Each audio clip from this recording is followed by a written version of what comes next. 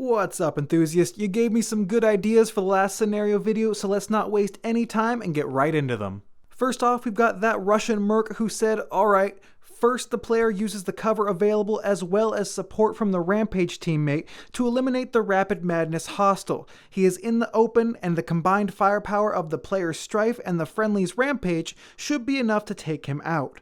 One would hope that the friendly Rapid Strike would be able to suppress or take out the advancing hostile EAT while you are busy with the hostile Rapid Madness. If he's not taken out, he may dive to his cover to his left, leaving him open to the player and the friendly Rampage because of the angle of the cover. The hostile RS in the middle would be trying to shoot the player throughout these first steps. However, smart use of the side of your cover and the slice of pie technique should keep him at bay.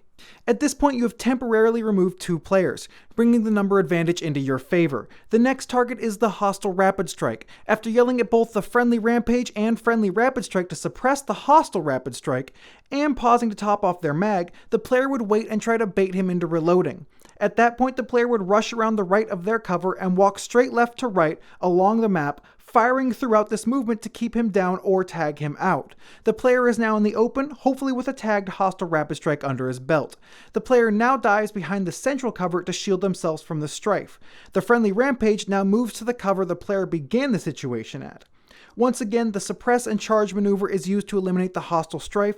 However, the friendly Rapid Strike might have a better time pushing rather than the player. Now that the field is hopefully wiped, the team moves up and takes cover, readying themselves for the next engagement. He has some good thoughts in this post, and he makes note of the way certain pieces of cover are angled to be used advantageously. He also mentions the pie technique, which if you want a visual idea of what that looks like, you can take a look at my How to Take Corners video or any airsoft video on it as well.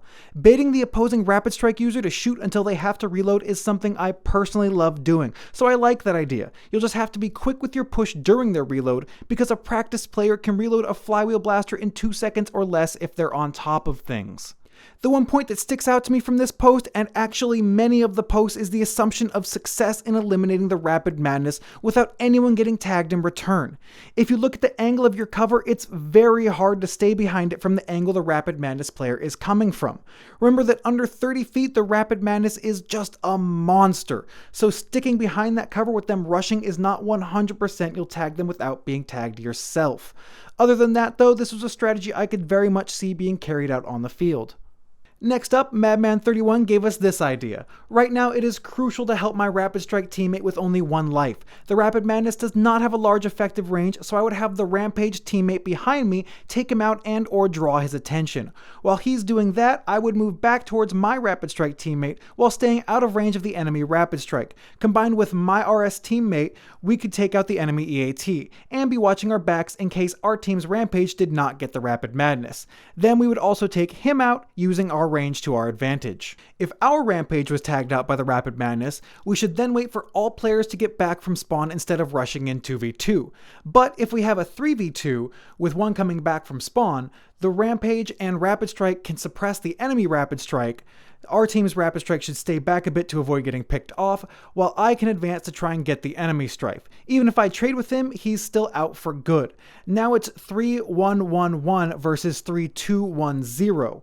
If we can hold a solid defensive line with the Rampage in front, we should be able to force them to come out of cover to turn the game around, which is where we can get them to close out the match.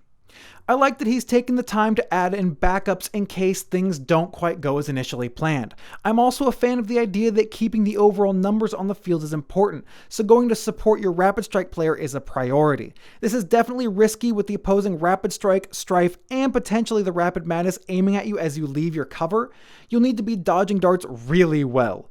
You also have the option here as you're leaving cover to either try and suppress their Rapid Strike with some spam as you run to try and make it easier for you to get to your cover, or you can open up on the enemy EAT in hopes of getting a quick elimination in conjunction with your Rapid Strike teammate. The absolute biggest thing to take away from this plan though is that he's looking at the overall numbers picture. In a game like this, lives are a resource, and resources are meant to be used. So don't be afraid to trade a life of one of your high life players to put an enemy on 1 life or even out of the game. Third on the list, we have Shade5123 who posted, I think personally I would attempt to fall back to assist the Rapid Strike because with only one life, if he is tagged then your whole left flank is completely open, along with being a whole player down. While falling back, attempt firing at the approaching elite Alpha Trooper. The fallback should have the enemy Rapid Madness firing at you, but should also keep them busy enough for your friendly Rampage to overtake them. After hopefully tagging the EAT with the Rapid Strike's assistance, advance forward to get a better position on the Strife. By that time, the Rampage should have been able to advance in the original cover that I started out at. Also, by the time all of this has transpired, your backup player should also be able to grab cover in either the back, left, or right. Shade is also in the camp of supporting our team's Rapid Strike and also wants to aim to tag the EAT player quickly, acknowledging the risks involved but hoping teammates will help mitigate them. Shade was also one of the few people to take our team's respawning player into consideration, which should not go understated. That's going to do it for this video. Thank you to everyone who commented. I enjoy reading all of your ideas. We'll have another scenario in a couple weeks, so look out for that one. Remember that there are no wrong answers for these scenarios, so don't hesitate to comment, because you might see something others don't that wouldn't have been added to the conversation otherwise. As always, thank you so much for watching. Have fun flinging foam, and I'll see you next time.